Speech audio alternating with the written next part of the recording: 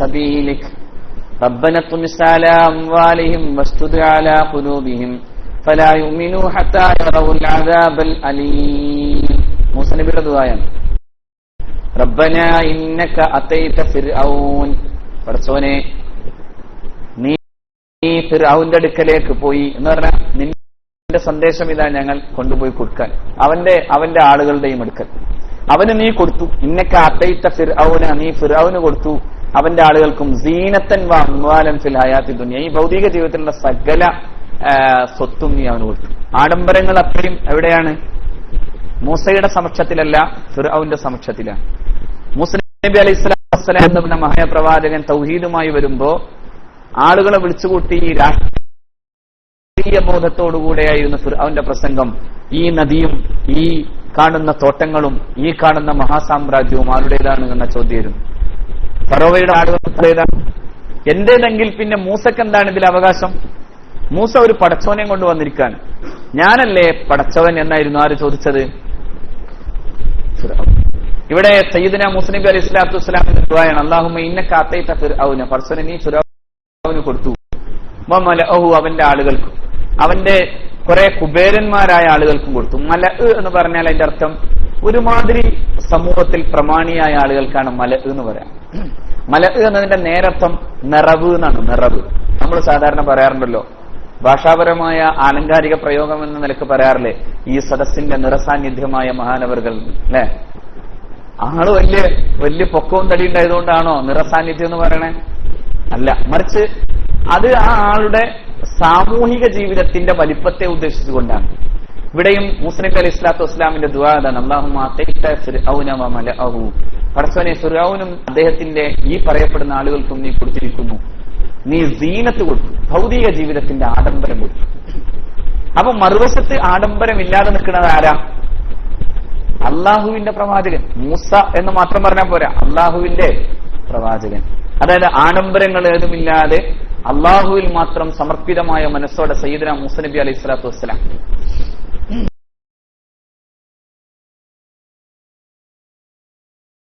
എല്ലാം കയ്യിലാക്കിയിരിക്കുന്നു. എന്തിനാ ഇതെല്ലാം നിന്റെ മാർഗത്തിൽ നിന്ന് ആളുകളെ വഴിപിഴപ്പിക്കാനാണ്. ഇത് ഉപയോഗിച്ച് അവൻ എന്തേ ചെയ്യുന്നത്? ആളുകളെ മുഴുവനും പറയുന്നു, ഞാനാണ് രാജാവ്, ഞാനാണ് പടച്ചോൻ, അനാ റബ്ബുക്കുമുൽ അഅല, ഞാനാണ് എല്ലാത്തിലും വലിയ അള്ളാഹു എന്ന് പറയാണ്, പടച്ചോൻ എന്ന് പറയാം. അതുകൊണ്ട് റബ്ബന തുമിസ് അലാ അംവാലിഹിം, പടച്ചവനെ നീ ഇവന്റെ സ്വത്തുക്കളുടെ മേൽ നീ ശിക്ഷ നടപ്പിലാക്കണം. വസ്ദുദ് അലാ ഖുലൂബിഹിം, അവന്റെ ഹൃദയങ്ങളെ പേടിപ്പിക്കണം. അവിടെ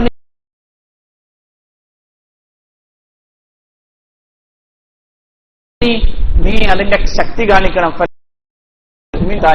അലീം, അങ്ങനെ അവർ ഈ അദാബുകൾ അവർക്ക് കൊടുക്കണം എന്ന ദുആ ചെയ്തത് മൂസ നബിയാണെന്നാണ് അള്ളാഹു പറയുന്നത്. പക്ഷേ ഖുർആൻ, അതായത് അള്ളാഹു തന്നെ പറയുന്നു, വഖദ് ഉജീബത്ത് ദഅവതുകുമാ, നിങ്ങൾ രണ്ടുപേരുടെയും ദുആ അള്ളാഹു സ്വീകരിച്ചിട്ടോ. ആരാ രണ്ടുപേര്?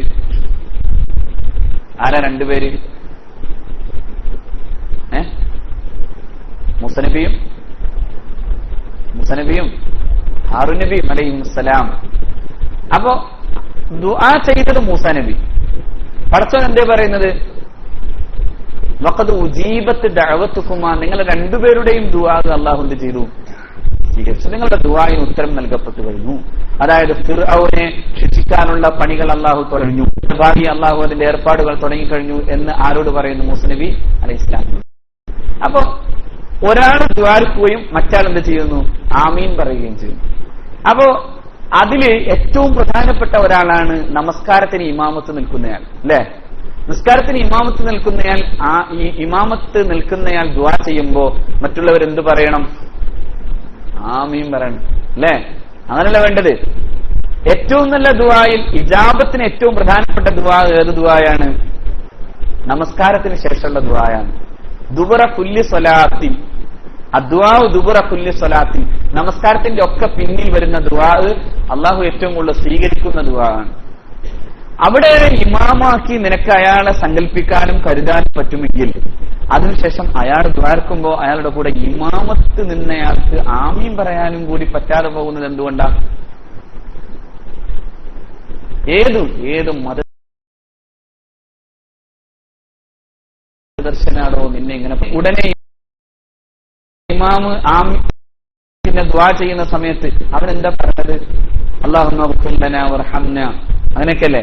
അല്ലാഹുവേ ഞങ്ങൾക്ക് നീ മഗ്ഫിറത്ത് തരണമേ. അതിലും ഹദീസുകളിൽ വന്ന ദുആകൾക്ക് പ്രത്യേകതയുണ്ട്. അത് ഇജാബത്തിന് ഏറ്റവും അടുത്ത ദുആകളാണ്. കാരണം അത് ആര് ദുആ ചെയ്തതാണ്? ഇവിടെ ദുആക്കാൻ ഏറ്റവും യോഗ്യനായ മനുഷ്യൻ ദുആരുന്നതാണ് അല്ലേ? ഇവിടെ ദുആ ചെയ്യാൻ ഏറ്റവും യോഗ്യനായ മഹാനായ മുഹമ്മദ് റസൂൽ സ്വല്ലല്ലാഹു അലൈഹി വസല്ലം അഷ്റഫുൽ ഖൽഖ് ദുആരുന്നതാണ്. അഷ്റഫുൽ ഖൽഖ് ദുആ ചെയ്ത ദുആകളിൽ നിന്ന് സെലക്റ്റീവായ ഏറ്റവും വളരെ പ്രധാനപ്പെട്ടത് എന്ന് മഹാന്മാർ മനസ്സിലാക്കിയ കൃത്യമായി അങ്ങനെ തെരഞ്ഞെടുക്കപ്പെട്ട ദുആകളാണ് പലപ്പോഴും കിതാബുകളിൽ ഈ നമസ്കാരാനന്തരം ദുആ ചെയ്യാൻ വേണ്ടി മഹാന്മാരായ ഫുഖഹാക്കൾ പറഞ്ഞു വച്ചിട്ടുള്ള ദുആകൾ. അതിലേറെയുമാണ് ആര് ദുആ ചെയ്യാറുള്ളത്? മിക്കവാറും നമ്മുടെയൊക്കെ നാടുകളിലെ ഇമാമുകൾ ദുആ ചെയ്യാറുള്ളത്. ആ ദുആക്ക് ആമീൻ പറയാൻ പറ്റൂല എന്ന് പറയുന്നതിന്റെ പേരെന്താ? വിവരക്കേടും അഹങ്കാരം ഒക്കെ കൂടി ചേർന്ന സാധനമാണ്. എന്തിനാ എണീറ്റ് പോണത്? ആരാ നിങ്ങളോട് ഒറ്റക്ക് ദ്വാരനാലും സ്വീകരിക്കും? നിങ്ങൾ ഒറ്റക്ക് ദ്വാരനാലും സ്വീകരിക്കും, അതിനാർക്കാ തർക്കം? പക്ഷെ അത് സ്വീകരിക്കും എന്നതിന്റെ അവസാനത്തെ ഉത്തരം പറയേണ്ടവൻ ആരാ? അള്ളാഹു ആണ് അല്ലെ? ഇവിടെ അള്ളാഹു നിങ്ങളോട് അടുപ്പത്തിന്റെ കാരണത്താൽ നിങ്ങളോട് പറഞ്ഞു നിങ്ങൾ ദ്വാർക്കൂ, ഞാൻ സ്വീകരിക്കാം അല്ലെ? നിങ്ങൾ ദ്വാർക്കൂ എന്നല്ലേ അവിടെയും പറഞ്ഞത്? ഉദൂനി അസ്തജിബു ലക്കും, ഉദൂനി അസ്തജിബു ലക്കും. നിങ്ങൾ എന്നോട് ദുആ ചെയ്യും. നിങ്ങൾ എന്ന് പറഞ്ഞത് ബഹുവചനാണ്. എന്നിട്ട് അല്ലാഹു തിരിച്ചു പറയുന്നതോ അസ്തജിബു ലക്കും, ഞാൻ നിങ്ങൾക്ക് ഉത്തരം നൽകും. അവിടെയും ലക്കും എന്തു തന്നെയാണ്? ബഹുവചനാണ്. അപ്പൊ കൂട്ട ദുആക്കല്ലേ അല്ലാഹു പറഞ്ഞത്? എന്തിനാ ഒറ്റ ദുആ? ശരിക്കും ചിലയിടങ്ങളിൽ അല്ലാഹു ചില ഒറ്റ ദുആകൾ പഠിപ്പിച്ചു തന്നിട്ടുണ്ട്. അത് ചിലത് ഒറ്റക്ക് ദ്വാരക്കുന്നതിന് പ്രത്യേക ആകർഷണീയതയുണ്ട്. ഏതാണ്? റബ്ബി സിദ്നി ഇൽമാ. അവിടെ നെഞ്ചത്ത് കൈവച്ച് പറയണാണ് റബ്ബി സിദ്നി ഇൽമാ, പഠിച്ചൻ എനിക്ക് ഇൽമ കൂട്ടി തന്നെ കേട്ടോ. റബ്ബി സിദ്നി ഇൽമ. കാരണം അവന്റെ മനുഷ്യന്റെ ജീവിതത്തിൽ ഏറ്റവും പ്രധാനപ്പെട്ട ഒന്നാണ് ഇൽമ അല്ലെ? ഇൽമ ഏത് സമയത്ത്. അതുകൊണ്ടല്ലേ ഞാൻ കഴിഞ്ഞ ആഴ്ച സൂചിപ്പിച്ച പോലെ, അതായത് ഇപ്പൊ മരിക്കുന്ന ഒരിക്കൽ റസൂലുള്ള പറഞ്ഞ ഒരാളോട് സ്വല്ലല്ലാഹു അലൈഹി വസല്ലം, 1 മണിക്കൂറേ നിനക്ക് ബാക്കിയുള്ളൂ. 1 മണിക്കൂർ ബാക്കിയുള്ള ഒരാള് മരിക്കാൻ പോകുമ്പോ അയാൾ എന്താ ചെയ്യേണ്ടത്?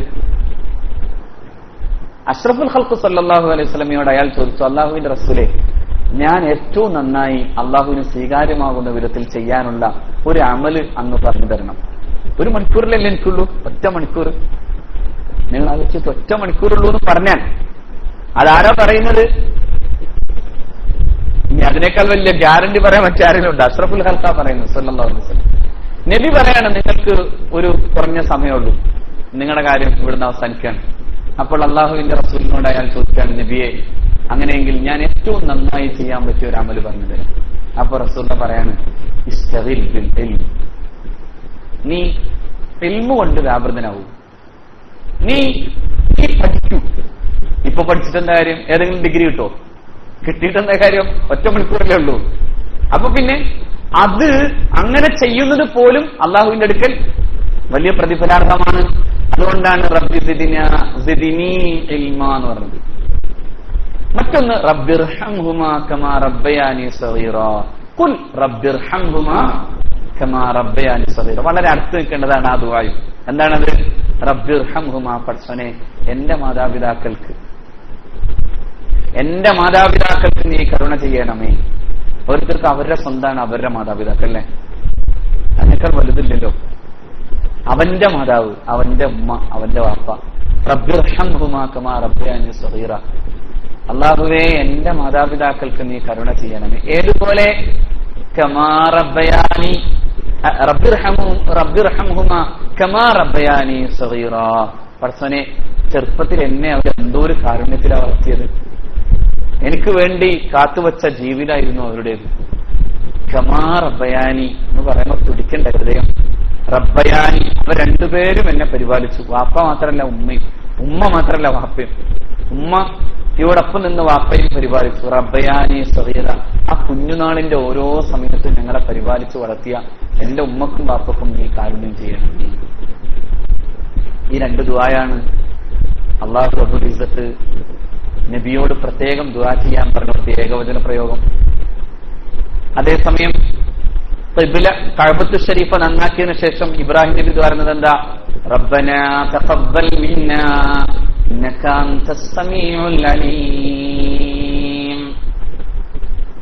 അപ്പോൾ ഒരു കുഞ്ഞുമോൻ ഇരുന്ന് ദുആറിന് ആമീൻ പറഞ്ഞു. ആമീൻ.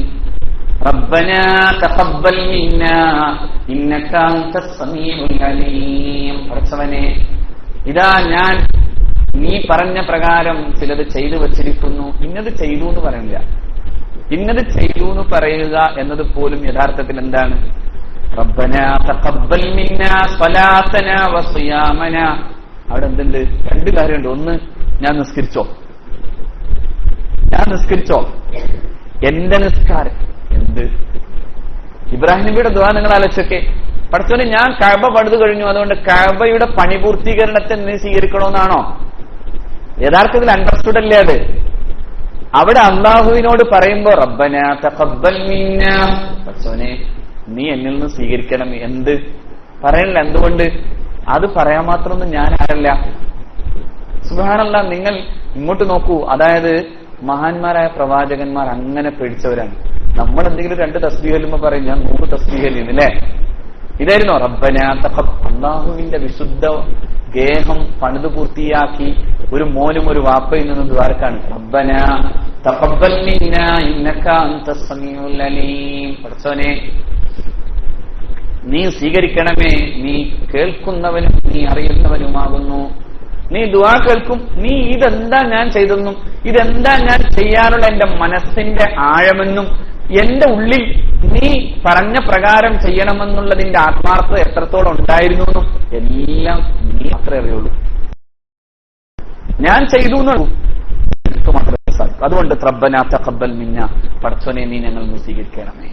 2 ഗുണമുണ്ടതിൽ. ഒന്ന്, അപാരമായ വിനയമുണ്ടത്. ഞാൻ എന്തെങ്കിലും ചെയ്തു എന്ന് അവകാശപ്പെടണ്ടോ? നമ്മൾ ചെയ്യാം. കാരണം അടിമക്ക് ഉടമസ്ഥനോട് അവകാശവാദങ്ങളൊന്നുമില്ല. അല്ലാഹു അങ്ങനെ തരട്ടെ. അടിമക്ക് ഉടമസ്ഥനോട്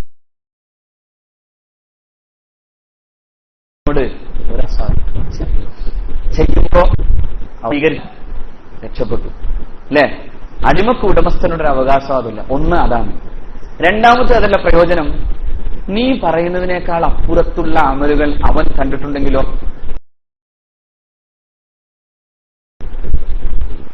നീ ഒന്നും പറയണ്ട.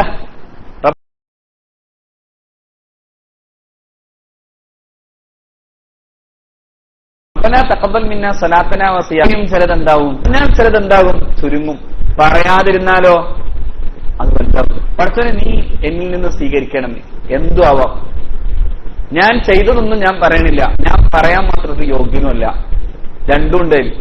മനസ്സിലായില്ല ഞാൻ പറഞ്ഞത്? രണ്ടുണ്ട് ഇബ്രാഹിം നബിയുടെ ദുആയിൽ. റബ്ബന. അവിടെ ആമീൻ ആരെ പറയുന്നത്? മഹാനായ ഇസ്മായിൽ. അതുകൊണ്ടാണ് റസൂലും അങ്ങനെ തന്നെയാണ്. അതായത് പിന്നെ മുബാഹല നടത്താൻ വേണ്ടി അലി ഇബ്നു അബി താലിബിനെയും ഹസൻ ഹുസൈനെയും ഫാത്തിമ ബീവിയെയും കൊണ്ട് റസൂലുള്ളാഹി നെജ്റൈസിനെ റസൂലുള്ള ഒരിക്കൽ അങ്ങനെ വിളിക്കുന്നുണ്ട് മുബാഹലക്ക് വേണ്ടി. അതായത് മുബാഹല എന്ന് പറഞ്ഞാൽ 2 ആശയങ്ങൾ തമ്മിലുള്ള തർക്കത്തിൽ 2 ആശയങ്ങളും അവസാനത്തെ വർത്തമാനം പറയാൻ വേണ്ടിയുള്ള ഒരു കാര്യം ചെയ്യേണ്ടത്, നമ്മൾ ഇരു ആശയക്കാരും പരസ്പരം ഒരു സ്ഥലത്ത് ഒരുമിച്ച് കൂടുക. എന്നിട്ട് എന്ത് ചെയ്യണം? അല്ലാഹുവേ, ഞാൻ പറഞ്ഞ ആശയം തെറ്റാണെങ്കിൽ നീ എന്റെ മേൽ ശാപം ഇറക്കണമെന്ന് ദ്വാരക്ക. മറ്റാളോ അങ്ങനെ ദ്വാരക്ക. അങ്ങനെ ദുആ ചെയ്ത് പിരിഞ്ഞു പോകുന്ന പരിപാടിക്കാണ് മുബാഹല എന്ന് പറയാറുള്ളത്. നജ്റാൻ ക്രൈസ്തവരെ റസൂലുള്ളാഹി അങ്ങനെ വിളിക്കാൻ ഖുർആൻ തന്നെ പറഞ്ഞു. അങ്ങനെ നജ്റാൻ ക്രൈസ്തവരിലെ ബുദ്ധിയുള്ളൊരു മനുഷ്യൻ നജ്റാനിലെ ക്രൈസ്തവ പുരോഹിതന്മാരോട് പറഞ്ഞു, റസൂലുമാര് അതായത് പ്രവാചകന്മാര് ദുആ ചെയ്തിട്ട് ഒരു ജനതയെ രക്ഷപ്പെടില്ല, അതുകൊണ്ട് ആ വഴിക്ക് പോകണ്ട എന്ന് പറഞ്ഞു. അങ്ങനെ റസൂലുമായി അവർ സന്ധി ചെയ്തു. അതിനുവേണ്ടി നബി കൊണ്ടുപോയ 4 പേർ, അതായത് ആരൊക്കെയാണ്? തന്റെ 2 കുഞ്ഞു മക്കൾ, പിന്നെ പൊന്നുമോൾ ഭർത്താവ് അലി ഇബ്നു അബി താലിബ് റളിയല്ലാഹു അൻഹു. റസൂൽ അവരോട് പറഞ്ഞു, ഞാൻ ദുആർക്കും നിങ്ങൾ ആമീൻ പറയണം. ഇതിനെന്താ പേര് പറയാ? കൂട്ട പ്രാർത്ഥന. അങ്ങനെ തന്നെയല്ലേ പറയാ? അപ്പൊ കൂട്ടുപ്രാർത്ഥന തെറ്റാണെന്ന് പറയുന്നവർ എവിടെ നിന്നാണ് തെളിവ് കണ്ടത്? ഞാൻ ദുആ ചെയ്യുമ്പോൾ നിങ്ങൾ ആമീൻ പറയണം എന്ന് പറഞ്ഞു കൊടുത്ത് പുണ്യനബി അത് ചെയ്തു സല്ലല്ലാഹു അലൈഹി വസല്ലം, ചെയ്യാൻ പ്രേരിപ്പിച്ചു. ഖുർആൻ നിരന്തരമായി കാണിച്ചു തരുന്ന എല്ലാത്തിലും ഇതൊക്കെ അതിന്റെ അടവുകളാണ്. മൂസ നബി ദുആ ചെയ്തു, ഹാറൂൻ നബി എന്ത് ചെയ്തു?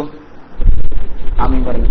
മൂസ നബി ദുആർക്കുമ്പോ ഹാറൂൻ നബി പറയണ്ടേ, ചങ്ങായി നിങ്ങളും റസൂലാണ് ഞാനും റസൂലാണ്, അപ്പൊ നമുക്ക് തമ്മിൽ എന്താ വ്യത്യാസം? അപ്പൊ രണ്ടാളും റസൂലല്ലേ? നിങ്ങളൊരു ഭാഗത്തു നിന്ന് വരുന്നോ, ഞാൻ വേറെ ഭാഗത്തു നിന്ന് വരുന്നോളാം, അങ്ങനല്ലേ വേണ്ടത്?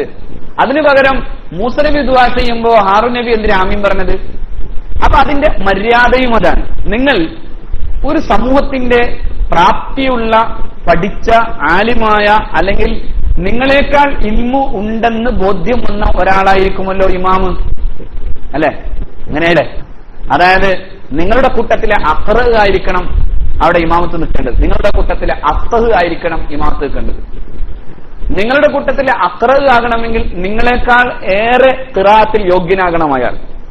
ഒരാൾ നിങ്ങളുടെ കൂട്ടത്തിൽ നിന്ന് ഐൻ അറിയാത്ത, അക്ഷരം ഉച്ചരിക്കാൻ അറിയാത്ത ഒരാൾ നിങ്ങൾ ഐൻ ഉച്ചരിക്കാൻ അറിയുന്നവനായിരിക്കെ അയാൾ ഇമാമത്ത് നിന്നാൽ നിങ്ങളുടെ നിസ്കാരം ബാത്തിലാണ്. മനസ്സിലായോ? നിങ്ങൾ ഐൻ എന്ന് ഉച്ചരിക്കാൻ അറിയുന്ന ഒരാളാണ്, പക്ഷെ ഇമാം ഐൻ ഉച്ചരിക്കാൻ അറിയാത്ത ഒരാളാണ്. ഇമാമിന് വാദ് ഉച്ചരിക്കാൻ അറിയാത്ത ആളാണ്. ഇമാമത്ത് ശ്രദ്ധിക്കേണ്ടതുമാണ്. ഇമാമത്ത് അങ്ങനെ നിസ്സാര കാര്യമല്ല. ലാദ് ഉച്ചരിക്കാൻ അറിയാത്ത ഒരാളാണ് ഇമാമത്ത് നിൽക്കുന്നത്. ലാദ് ഉച്ചരിക്കാൻ അറിയുന്ന ഒരാളാണ് പിറകിൽ നിൽക്കുന്നത്. ലാ തസിഹു ഖുദുവത്തു ഖാരിഇൻ ബി ഉമ്മിയിൻ എന്ന് മഹാനായ ഷെയ്ഖ് സൈനുദ്ദീൻ മഖ്ദൂം തങ്ങളുടെ പിന്നെ ഫത്ഹുൽ മുഈൻ രേഖപ്പെടുത്തുന്നു. ലാ തസിഹു ഖുദുവത്തു ഖാരിഇൻ ബി ഉമ്മിയിൻ, അക്ഷരമറിയാത്ത ഒരാളോട് അക്ഷരമറിയുന്ന ഒരാൾ തുടർന്നാൽ അയാളുടെ തുടർച്ച ശരിയാവില്ല. എന്തുകൊണ്ട്? ഇയാളുടെ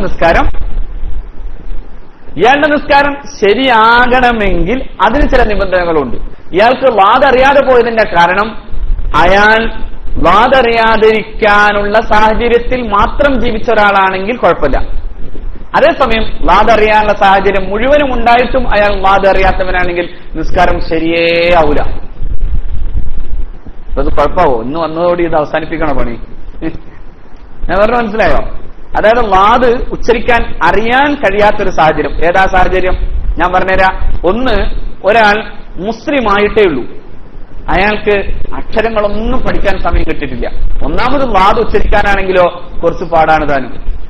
അന അഫ്സഹു മിമ്മൻ നതഖ ബിദ്ദാദ്, വാദ് ഉച്ചരിക്കുന്നവരുടെ കൂട്ടത്തിൽ ഞാനാണ് കേമൻ എന്ന് മുഹമ്മദ് നബി. വാദ് ഉച്ചരിക്കാൻ ഏറ്റവും നന്നായി ഉച്ചരിക്കാൻ കഴിയുന്ന ആർക്കേ ഉള്ളൂ? അഷ്റഫുൽ ഖൽഖിനേ ഉള്ളൂ സല്ലല്ലാഹു അലൈഹി വസല്ലം. ഉമർ എന്നാൽ രണ്ട് ഭാഗത്തേക്ക് നാക്ക് പരത്തി വെച്ചിട്ട് ലാദ് പറയുമായിരുന്നു. ആ ലാദും മഖ്റജിൽ ശരിയാണ്. അതായത് നമ്മുടെ അണപ്പല്ലുകളോട് അതിന്റെ സൈഡ് ചേർത്ത് നമ്മുടെ നാവിന്റെ അരിവ് ചേർത്ത് വെച്ചിട്ടാണ് എന്ത് പറയേണ്ടത്? വാദ്. അങ്ങനെയാണോ പറയാറ്?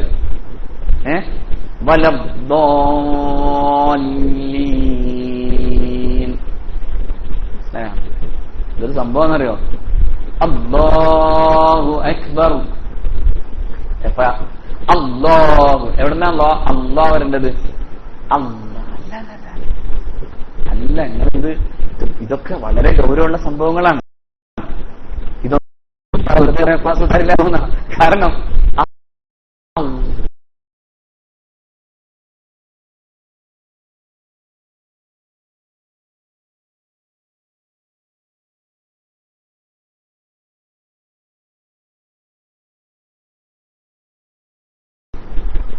അങ്ങനെ പറയാൻ പറ്റുമോ?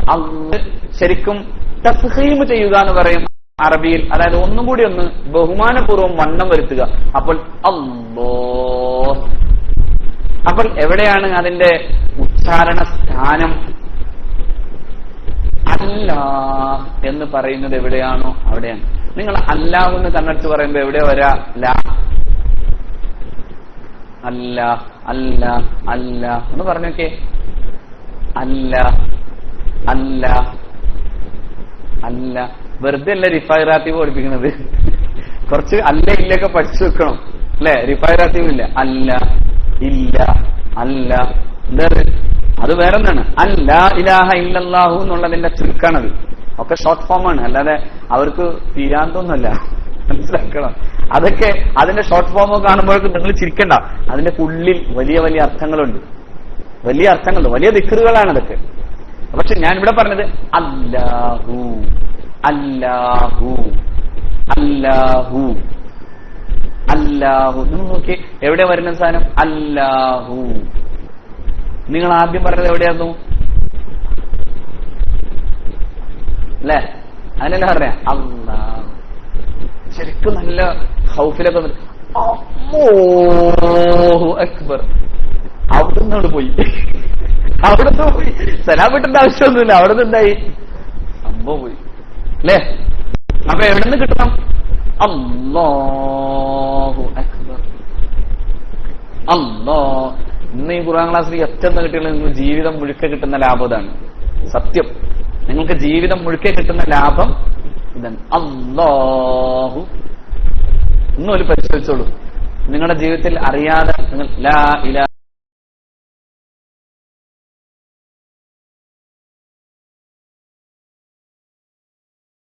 ഇല്ലല്ലാഹ് ലാ ഇലാഹ ഇല്ലല്ലാഹ് അങ്ങനെയല്ല, ലാ ഇലാഹ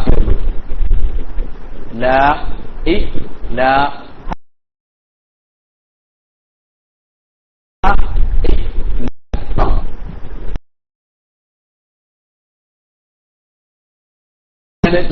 ഒന്നും ലാ ഇലാഹ ഇല്ലല്ലാഹു ലാ ഇലാഹ ഇല്ലല്ലാഹ്.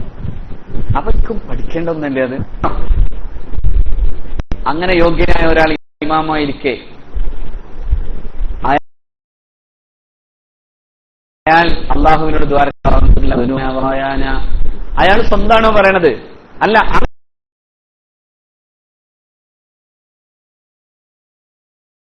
സ്വന്തം പറഞ്ഞാൽ അയാൾ ചതിയനാണെന്ന് മുഹമ്മദ് നബി. അയാൾ എന്ത് ചെയ്യണം? അയാൾ മുസ്ലിക്ക് വേണ്ടി എല്ലാവർക്കും വേണ്ടി ദ്വാരക്കുമ്പോഴേ ദുആ സ്വീകാര്യാവും. അതുകൊണ്ടാണ് അല്ലാഹു ഉഖ്ഫിലിൽ മുഅ്മിനീൻ എന്ന് നമ്മൾ ദ്വാരക്കുന്നത്. ആ ദുആ അത് നമ്മുടെ കൂട്ടമായ ദുആ സ്വീകരിക്കപ്പെടണമെങ്കിൽ നമ്മൾ ആർക്കു വേണ്ടി ദ്വാരക്കണം? സത്യവിശ്വാസികൾ. നോക്കൂ നിങ്ങൾ, റബ്ബന ഇഗ്ഫിർ ലനാ വലിഇഖ്വാനിന അല്ലദീന സബഖൂനാ ബിൽ ഈമാൻ വലാ തജ്അൽ ഫീ ഖുലൂബിനാ ഗില്ലൻ ലില്ലദീന ആമനൂ റബ്ബനാ ഇന്നക റഊഫുർ റഹീം. റബ്ബന ഇഗ്ഫിർ ലനാ, പടച്ചോനെ നീ ഞങ്ങൾക്ക് പുറത്തുവന്നി. അത് കഴിഞ്ഞിട്ട് പിന്നെന്താ ദ്വാരക്കണത്? വലിഇഖ്വാനിന അല്ലദീന സബഖൂനാ ബിൽ ഈമാൻ, ഈമാൻ കൊണ്ട് ഞങ്ങളെ മുൻകടന്നു പോയിട്ടുള്ള മഹാന്മാരായ മുൻഗാമികൾ, അതായത് മുൻ മരിച്ചുപോയ ആളുകൾ. റബ്ബനാ ലാ തജ്അൽ ഫീ ഖുലൂബിനാ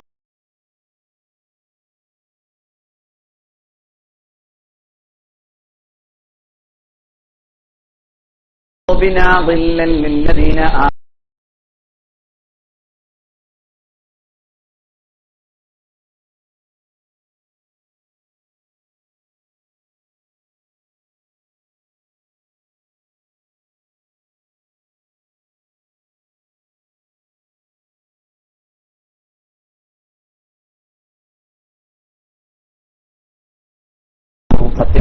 തരത്തിലുമുള്ള ഞങ്ങൾ മുഅ്മിനീങ്ങൾ ഒരു നിത്യം പറഞ്ഞു. ഒരാൾ സലാം വീട്ടിയാൽ ഇന്ന ഇന്ന തസ്ബീഹുകൾ റസൂൽ പഠിപ്പിച്ചതാണല്ലോ. പിന്നെ പറയുന്നത് നബി അങ്ങനെ ദ്വാരന്നിട്ടില്ല. നിങ്ങൾ കണ്ടോ ദ്വാരന്നില്ലെന്ന്? ഹദീസുകളുടെ ഒരു പ്രത്യേകത, ഹദീസുകൾക്കിടയിൽ ചിലപ്പോൾ ഉണ്ടാകുന്ന കോൺട്രഡിക്ഷൻസ്. അതായത് ഇന്ന് നബി ഇന്നത് ചെയ്തു, ഇന്നലെ നബി ഇന്നത് ചെയ്തു, ഇന്ന് അത് നേരത്തെ നബി ഇന്നത് ചെയ്തു.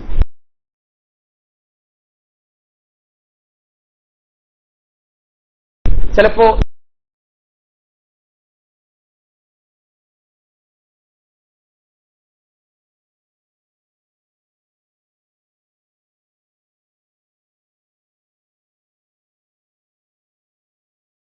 ഇന്ന് കണ്ട സ്വഹാബി പറഞ്ഞതും ഒരിക്കലും അത് കുളിക്കല്ല എന്ന് റിപ്പോർട്ട് ചെയ്യാൻ പറ്റുമോ? ചില മറ്റേ പോകാവൂ എന്നത് ഷർത്തോ ഫർളോ ആക്കിയോ നിസ്കാരത്തിൽ? ഇല്ല. എന്തുകൊണ്ട്? അത് ഐച്ഛികമാണ്. എന്തുകൊണ്ടാണ്? നബിയുടെ ജീവിതത്തിൽ അത് രണ്ടും നബി കാണിച്ചു തന്നിട്ടുണ്ട്. നബി ഓപ്ഷൻ വെച്ചോടാണ് സുന്നത്ത് എന്ന് പറഞ്ഞത്. മനസ്സിലായോ? നബി ഓപ്ഷൻ വെക്കാത്തതൊക്കെ എന്താണ്? നിർബന്ധാണ്. നബി ഓപ്ഷൻ വെച്ചു. ചിലപ്പോ നബി തിരുമേനി തലയിൽ അവിടുന്ന് തല മറച്ചിരുന്നു, ചിലപ്പോൾ നബി തിരുമേനി തല മറക്കാതിരുന്നു. അതിൽ നിന്ന് നിങ്ങൾ കാണേണ്ടത് തലമറക്കൽ സുന്നത്തല്ലെന്നല്ല, നബി ചെയ്തതിൽ ഏറ്റവും പ്രധാനം എന്താണ്? തലമറക്കലാണ്. തിരിച്ചല്ല കാണേണ്ടത്. എന്തിനാ പിന്നെ അങ്ങനെ എന്ന് ചോദിക്കും. നബി ഒരു മനുഷ്യ ജീവിതത്തെ കൃത്യമായി നമുക്ക് പഠിപ്പിച്ചു. എന്തുകൊണ്ട്? നിങ്ങൾ നിർബന്ധമായും ഇതെല്ലാം ആചരിക്കണമെന്ന് വന്നാൽ ചിലപ്പോ നിങ്ങൾക്ക് അതിനേക്കാൾ വലിയ ബുദ്ധിമുട്ടുണ്ടാവും. മനസ്സിലായില്ലേ? അപ്പൊ അതുകൊണ്ടാണ് സുന്നത്ത് സുന്നത്തായി, ഫർള് ഫർളായി. അത് അങ്ങനെ ആരാ നിശ്ചയിച്ചത്? യഥാർത്ഥത്തിൽ ഇങ്ങനെ നിശ്ചയിച്ചത് എന്നത് മഹാന്മാരായ മദ്ഹബിന്റെ ഇമാമിയങ്ങളുമാണ്. കാരണം ആരാണ് ഫർളെന്നും ആരാണ് സുന്നത്തെന്നും പറയാനുള്ള ഒരു കാര്യവും റസൂലുള്ളാഹി പറഞ്ഞു തന്നിട്ടില്ല. ഇത് ഫർളാണ്, ഇത് സുന്നത്താന്ന് പറഞ്ഞില്ല. പക്ഷേ നബിയുടെ ജീവിതത്തിൽ നിന്ന്, ആയത്തുകളിൽ നിന്ന്, ഹദീസുകളിൽ നിന്ന് ഇവരുണ്ടാക്കി വെച്ച ഒരു കൃത്യമായ ഗവേഷണമാണ്. അല്ലെങ്കിൽ നിങ്ങൾ എങ്ങനെയാ 5 വഖത്ത് നിർബന്ധാണെന്ന് പഠിച്ചത്? അവ നബിയോട് തന്നെ അള്ളാഹുവിന്റെ റസൂലിനോട് ഖുർആൻ തന്നെ പറയല്ലേ, നബിയെ നിങ്ങൾ രാത്രി എണീറ്റ് നിസ്കരിക്കണമെന്ന്. നിങ്ങൾ ആരാ തഹജ്ജുദ് നിസ്കരിക്കുന്നത്? എത്ര പേരുണ്ട്? ഇല്ലേ? നബിയോടാണ് ഖുർആൻ പറയുന്നത്. അപ്പൊ നബിയോട് പറഞ്ഞതൊക്കെ കൽപ്പനയായി മുഅ്മിനീങ്ങൾ എടുക്കണമെങ്കിൽ അത് നബിയുടെ പ്രത്യേകത എന്ന നിലയിൽ കൽപ്പിക്കപ്പെട്ടതാണോ അല്ലാത്തതാണോ എന്ന് ആര് പറഞ്ഞതെന്ന് നമ്മോട്? പിൻഗാമികളായ ഇമാമുകളാണ് പറഞ്ഞത്. അത് റസൂലുള്ളാഹിയുടെ പ്രത്യേകതയാണ്.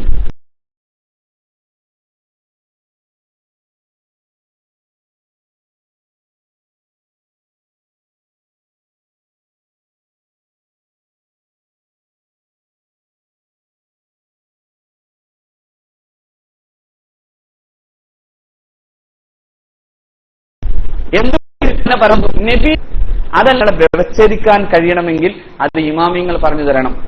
നിങ്ങൾ അവരെ തിരിച്ചാൽ പിന്നെ ആരെയാണ് നിങ്ങൾക്ക് കൂട്ടുകിട്ടുക? അതുകൊണ്ട് ഒറ്റ കുട്ടി ഇനി മുതൽ ലോഹറോ അസറോ മഗ്രിബോ ഇശായിനോ സുബഹിക്കോ ഇമാമ് കയ്യുയർത്തുന്നത് പോലെ കയ്യുയർത്തി ആമീൻ എന്ന് പറയലാണ് ഏറ്റവും അനുകരണീയമായത്. മനസ്സിലായോ? അല്ലാത്തതൊക്കെ പിന്നെയും പിന്നെയും മാറ്റി പറയണ്ടോ? കുറെ കാലം പറഞ്ഞൊരു തിരിച്ചുണ്ട്. എന്തിനാ ഈ തിരിച്ചു പറയണവരെ കാത്തിരിക്കണം? നമ്മുടെ അമലല്ലേ? നേരത്തെ തന്നെ പറഞ്ഞു തന്നവരെ അങ്ങ് തുടർന്നാ പോരെ. ഇനി കുറെ കഴിഞ്ഞ ഒരാൾ പറയണ അത് അങ്ങനെയല്ലായിരുന്നു, ഇങ്ങനെയാണ് ഇപ്പൊ എനിക്ക് മനസ്സിലായി എന്ന് പറഞ്ഞാൽ അത് കേൾക്കാൻ നിൽക്കണോ? ഇപ്പോ ചിലർ പറയുന്നുണ്ട് മയ്യത്ത് വീട്ടിലുള്ളപ്പോ എന്തിനാ നിങ്ങൾ വർത്താനം പറഞ്ഞ യാസീൻ ഓതിക്കൂടെ എന്ന് ചോദിക്കണവരും ഇപ്പൊ ഉണ്ടായി. നേരത്തെ പറഞ്ഞതല്ലേ അത്? ഒരു മരിച്ച വീട്ടിൽ ആ മരിച്ച ആ ആത്മാവിന് കൂടി ശാന്തി പകരാൻ കഴിയുന്ന ഒന്നാണേത്? ഖുർആൻ പാരായണം. എന്തുകൊണ്ട് ഖുർആൻ പാരായണം? ഖുർആൻ പാരായണം ചെയ്യുന്നിടത്ത് അള്ളാഹുവിന്റെ മലക്കുകൾ ഇറങ്ങും. ഇത് റസൂലുള്ളാഹി പറഞ്ഞതല്ലേ? മഹാനൊരു സ്വഹാബി രാത്രി ഇരുന്ന് ഓതുമ്പോ തന്റെ കുതിര പിന്നെ കെട്ടിയിട്ടോടത്ത് നിന്ന് വല്ലാതെ ബഹളം വെക്കുന്നത് കണ്ടു. അങ്ങനെ മഹാനവർകൾ മുകളിലേക്ക് നോക്കുമ്പോൾ ഒരു കുട ഇറങ്ങി വരുന്നത് കണ്ടു. നബി അദ്ദേഹം പേടിച്ചിട്ട് പെട്ടെന്ന് ഖുർആൻ ഓത്തു നിർത്തി അള്ളാഹുവിന്റെ പ്രവാചകന്റെ മുമ്പിലെത്തി. അള്ളാഹുവിന്റെ റസൂൽ ആ കഥ കേട്ടപ്പോ പറഞ്ഞു, അദാക സക്കീന, അത് ശാന്തിയുടെ മലക്കുകളുടെ ഇറങ്ങലായിരുന്നു, അവതരണമായിരുന്നു. നീ സുബഹി വരെയും അത് അങ്ങനെ ഓതി പാരായണം നിലനിർത്തിയിരുന്നുവെങ്കിൽ ആളുകൾക്ക് കാണാൻ കഴിയും വിധം അവർ ഭൂമിയിൽ നിന്റെ മുമ്പിൽ ഇറങ്ങി വരുമായിരുന്നു എന്ന് സയ്യിദുന റസൂൽ. അപ്പൊ പരിശുദ്ധ ഖുർആൻ ഓതുന്ന പാരായണം ചെയ്യുന്ന സ്ഥലത്ത് അള്ളാഹുവിന്റെ മലക്കുകളുടെ സാന്നിധ്യം ഉണ്ടാവും. പരിശുദ്ധ ഖുർആനെ കുറിച്ച് ഓർക്കുന്നിടത്ത് അള്ളാഹുവിന്റെ മലക്കുകളുടെ സാന്നിധ്യം ഉണ്ടാവും. അള്ളാഹുവിനെ കുറിച്ച് ഓർക്കുന്നിടത്ത് അള്ളാഹുവിന്റെ മലക്കുകളുടെ സാന്നിധ്യം ഉണ്ടാവും. ഈ ക്ലാസ്സിൽ അള്ളാഹുവിന്റെ മലക്കുകളുടെ സാന്നിധ്യം അള്ളാഹു നമുക്ക് തരട്ടെ. സാന്നിധ്യമുണ്ട് എന്ന് പുണ്യനബി പറയുന്നു സല്ലല്ലാഹു അലൈഹി വസല്ലം. ആ നിലക്ക് അള്ളാഹു നമ്മുടെ ക്ലാസ്സിനെ അള്ളാഹു സ്വീകരിക്കുകയും ചെയ്യട്ടെ. നിങ്ങൾ ആലോചിക്കൂ, അങ്ങനെ സാന്നിധ്യമുണ്ടാകാൻ കഴിയുന്ന പരിശുദ്ധ ഖുർആനിന്റെ പാരായണത്തെക്കാൾ രാഷ്ട്രീയ വർത്തമാനങ്ങൾ പറയലാകോ മയ്യത്തുമായി ബന്ധപ്പെട്ട് നിൽക്കുന്ന കാര്യത്തിൽ ചെയ്യേണ്ടത്? അപ്പോ ഇപ്പോ അതൊക്കെ നല്ലതാണെന്ന് ചിലർ പറഞ്ഞു തുടങ്ങുമ്പോഴേക്കും 10 കൊല്ലം മുമ്പ് മരിച്ചയാൾ എന്ത് ചെയ്യും? ഇത് ചെയ്യാതെ. അപ്പോ ഇത് ആരുടെയും റിസർച്ചിന് കാത്തിക്കേണ്ട. ആര് റിസർച്ച് ചെയ്തിട്ടുണ്ട് ഈ വിഷയം? മുൻഗാമികളായ ഇമാമുകൾ റിസർച്ച് ചെയ്യുകയും കൃത്യമായി ഇതെല്ലാം മദ്ഹബിന്റെ ഇമാമുകൾ രേഖപ്പെടുത്തുകയും ചെയ്തതാണ്. എന്തുകൊണ്ട് അവരെ അങ്ങ് തുടർന്നുകൂടാ? നിങ്ങൾക്ക് ഏതായാലും നമുക്കേതായാലും, നിങ്ങളും ഞാൻ പറയണം, നമുക്കേതായാലും ആരെയെങ്കിലും ഒരാളെ സ്വീകരിക്കാതെ പറ്റോ? ഉദാഹരണത്തിന് ഒന്നല്ലെങ്കിൽ എന്റെ അടുത്തെങ്കിലും വരണം നിങ്ങൾക്ക്, അല്ലെ? ഒന്നല്ലെങ്കിൽ ഞാനിപ്പോ അത്ര ഒന്നുമല്ല, എത്ര പഠിച്ചു എന്ന് പറഞ്ഞാലും ഒന്നുമല്ല. അങ്ങനെയെങ്കിൽ ഞാൻ എന്നാലും മദ്ഹബിലേക്കാ പോകണമെങ്കിൽ പിന്നെ നിങ്ങൾക്ക് പിന്നെ ആ മദ്ഹബിലേക്ക് പോരല്ലേ നല്ലത്. അല്ലാതെ നിങ്ങൾക്ക് ഖുർആൻ എടുത്ത് എന്തെങ്കിലും ചെയ്യാൻ കഴിയുമോ? അങ്ങനെ പറയുന്ന ലോക വിഡിത്തല്ലേ, ലോക വിഡിത്തല്ലേ. എന്തുകൊണ്ട്? നിങ്ങൾ ആലോചിക്കൂ, ഈ തഫ്സീറുകൾ മുഴുവൻ നോക്കിയാലും ഇത് മുഴുവൻ ഇതിന്റെ പിന്നെ കൃത്യമായ അർത്ഥമാണെന്ന്, അതിന്റെ ആന്തരിക അർത്ഥമാണെന്ന് വിശ്വസിക്കാൻ എനിക്ക് കഴിയണില്ല. ഇപ്പോ ഞാൻ കഴിഞ്ഞ ആഴ്ചയിൽ ഓതി വെച്ചതാണ് ഈ ആഴ്ച, പക്ഷെ ഞാൻ ഇപ്പോ വന്നപ്പോ വീണ്ടും അതിനൊരു ഡൈവേർഷൻ വന്നു അല്ലെ. എന്തുകൊണ്ടാണ്? ഇത് ഇങ്ങനെ നിരന്തരം നോക്കുമ്പോ കുറെ തെളിഞ്ഞു വരും. അപ്പോ കേവലം ഒരു അർത്ഥം കൊണ്ട് മാത്രം ഖുർആൻ വ്യാഖ്യാനിക്കാൻ പുറപ്പെട്ടാൽ അത് വിഡ്ഢിത്തല്ലേ. അപ്പൊ പിന്നെ എന്തേ ചെയ്യേണ്ടത്? സ്വഹാബാക്കളുടെ തൊട്ടടുത്ത് നിന്ന് അതിനെ വ്യാഖ്യാനിച്ചവരുടെ പിന്നാലെ അങ്ങ് പോകാം. നമുക്ക് ആവുന്നതൊക്കെ നോക്കാൻ കുഴപ്പമൊന്നുമില്ല, പക്ഷേ പ്രമാണം എന്ന നിലയിൽ അവരെ അങ്ങ് പിടിക്കാം. കാരണം അവരിതൊക്കെ വിവച്ഛേദിച്ചു വന്നു. ഇല്ലായിരുന്നെങ്കിൽ നമുക്കെങ്ങനെ നിസ്കരിക്കാൻ പറ്റും? നബി പറഞ്ഞു ഞാൻ നിസ്കരിച്ച പോലെ നിസ്കരിക്കൂ. അതിൽ നിങ്ങൾ ബുഖാരി എടുത്തു നോക്കിയാൽ നബി ഇങ്ങനെ നിസ്കരിച്ചു എന്ന് പറയുന്ന ഒന്നും കാണൂല. നബി വുദു എടുത്തു, നബി 3 തവണ വുദു എടുത്തു, 3 രീതിയിൽ. ഒന്ന് അള്ളാഹുവിന്റെ റസൂൽ 1 തവണ വുദു എടുത്തു, ഒറ്റ തവണ. പിന്നെ 2 തവണ വുദു എടുത്തു, 3 തവണ വുദു എടുത്തു. മഹാന്മാരായ ഉലമാ അതിനെ കൃത്യമായി പറഞ്ഞു. 1ഉം 2ഉം 3ഉം, 1 നിർബന്ധവും 2 സുന്നത്തും 3 കൂടുതൽ പൂർണ്ണമായ സുന്നത്തുമാണ്. അതായത് 1 തവണ കഴുകൽ നിർബന്ധാണ്, 2 തവണ കഴുകൽ സുന്നത്താണ്, 3 തവണ കഴുകൽ സമ്പൂർണമായ അർത്ഥത്തിൽ ഇസ്ബാഗ്, അതായത് സമ്പൂർണ്ണ അർത്ഥത്തിലുള്ള സുന്നത്ത് പൂർത്തിയായി. അപ്പോ ഇത് അല്ലെങ്കിൽ പിന്നെ എന്ത് ചെയ്യുന്നത് അറിയോ? ഒരാഴ്ചയിൽ നമ്മൾ ഇങ്ങനെ കാണിക്കാം, ഏത് ഒറ്റ തവണ ഓത് കൊടുക്കുക, 2ാമത്തെ ആഴ്ചയിൽ 2 തൊട്ട്, 3ാമത്തെ ആഴ്ചയിൽ 3 തൊട്ടാക്കണോ? എന്താ കാരണം? ബുഖാരിയിൽ 3ഉം കാണുന്നുണ്ട്. ഇപ്പൊ നമ്മൾ എന്താ ചെയ്യാൻ ആലോചിക്കണ്ടേ? അപ്പൊ ആരാ അത് പറഞ്ഞു തന്നത്? മുൻഗാമികളായ ഇമാമികൾ അത് കൃത്യമായി പറഞ്ഞു, ഇത് ഇന്നതാണ്. അതുകൊണ്ട് എല്ലാ മുജാഹിദും എല്ലാ സാധനവും ഒരുമിച്ച് ചെയ്യണ പണി എന്താണ്? 3 വട്ടം തന്നെ പിന്നെ എന്ത് ചെയ്യുന്നുണ്ട്? ഒതു കൊടുക്കുന്നുണ്ട്. ഇന്ന് ഇവരാരെങ്കിലും പറഞ്ഞു ഇത് ഫർലാണ് ഇത് സുന്നത്താണ്? ആരാ ഈ ഫർളും സുന്നത്ത് നിശ്ചയിച്ചത്? മദ്ഹബിന്റെ ഇമാമിങ്ങൾ. അപ്പൊ ഇടക്ക് ചിലതൊക്കെ നമുക്ക് എടുക്കാം, ഇടക്ക് ചിലതൊന്നും പറ്റൂല എന്ന് പറയണ്ട, ആദ്യം എടുത്തോളൂ. അപ്പൊ ഇതെല്ലാം അതിൽ തെളിവാണ്. അതുകൊണ്ടാണ് ഞാൻ അങ്ങനെ പറയാൻ കാരണം. അതുകൊണ്ട് ഈ നിസ്കാരാനന്തരം ഇമാമിങ്ങൾ കുറച്ച് ദുആ ചെയ്താൽ മതി, അത് കൃത്യമായി പറയാം. അതായത് ഒരുപാട് ദുആർക്കാനും പോകേണ്ട ആവശ്യമില്ല. ചില ആളുകൾ അങ്ങ് ദുആരുന്നു അവസാനം പർച്ചനുകളൊന്നും നിർത്തി കിട്ടിയെങ്കിൽ മതിയായിരുന്നു തോന്നുന്ന അവസ്ഥയിൽ ദുആർക്കും. ആ ദുആയും വേണ്ട. പണ്ട് നമ്മുടെ ടൗൺ പള്ളിയിൽ ഒരാള് ചെന്നപ്പോ അയാള് പിന്നെ റമദാൻ മാസത്തിലാണ്. അപ്പോ 10 സലാത്ത് നിസ്കാരാനന്തരം ദുആയും കഴിഞ്ഞ് 10 സലാത്ത്. അപ്പൊ ഇയാൾ എണീറ്റിട്ട് പറഞ്ഞത്രേ, ഏതായാലും നിങ്ങൾ സലാത്തല്ലേ, എന്റെ ബസ്സും പോയി, നമുക്കൊരു മൗലൂദും കൂടി കഴിച്ചിട്ട് പോകാതെ. കാരണം ഇത് മനുഷ്യനെ ഇടങ്ങറാക്കണ പണിയാണ്. നിങ്ങൾക്ക് സലാത്തിൽ നിന്ന് വെച്ചിരുന്ന സലാത്തിക്കല്ലോ, അതല്ല. പക്ഷെ കൂട്ടമായ ഒരു പണി, ഒരു സിസ്റ്റം എന്ന നിലയിൽ പിന്നെ മഹാന്മാരായ ഫുഖഹാക്കൾ മനസ്സിലാക്കി തന്നു. അതെന്തുകൊണ്ടാണ്? അത് റസൂല് പറഞ്ഞതുകൊണ്ടാണ്.